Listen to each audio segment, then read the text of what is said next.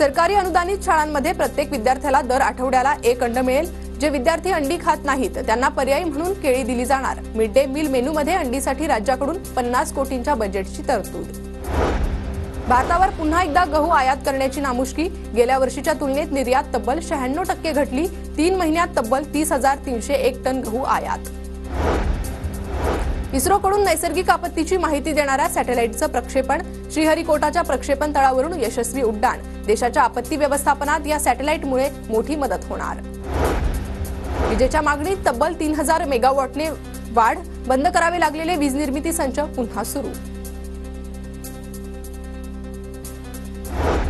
Colaba Vandre SEEPZ metro 3 मार्गिकेतील स्थानकांच्या परिसरात 2931 झाडं लावण्याचा निर्णय। लागवडीसाठी 12 कोटी 1,66,136 रुपयांची 3 कंत्राटे। एका झाडामागे 41,000 रुपये खर्च। मुंबई पोलीस दलात सप्टेंबरमध्ये 7,000हून अधिक कर्मचारी सेवेत दाखल होणार। पोलीस भरतीत निवड झालेले सुमारे 8,000 पोलिसांचं प्रशिक्षण 31 ऑगस्टला पूर्ण होणार।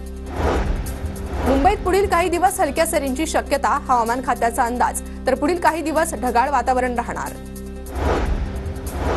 मुंबईत पावसानं पाठ फिरवल्यानं उष्णतेत वाढ। पुढील 3 दिवस असेच वातावरण राहणार। पुढील काही दिवस उकाडा सहन करावा लागणार।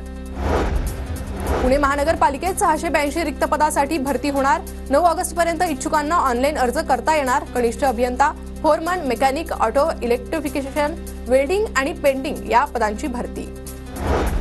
दरपत्रक न लावणाऱ्या 15 रुग्णालयांना नाशिक महापालिकेकडून नोटिसा। दरपत्रक न लावणाऱ्या रुग्णालयांवर आरोग्य विभाग कारवाई करण्याच्या तयारीत। धारावीतील 5 इमारतींच्या हस्तांतरात अडचणी। डीआरपी कडून 642 कोटी मिळण्याची हमी द्यावी, म्हाडाची भूमिका।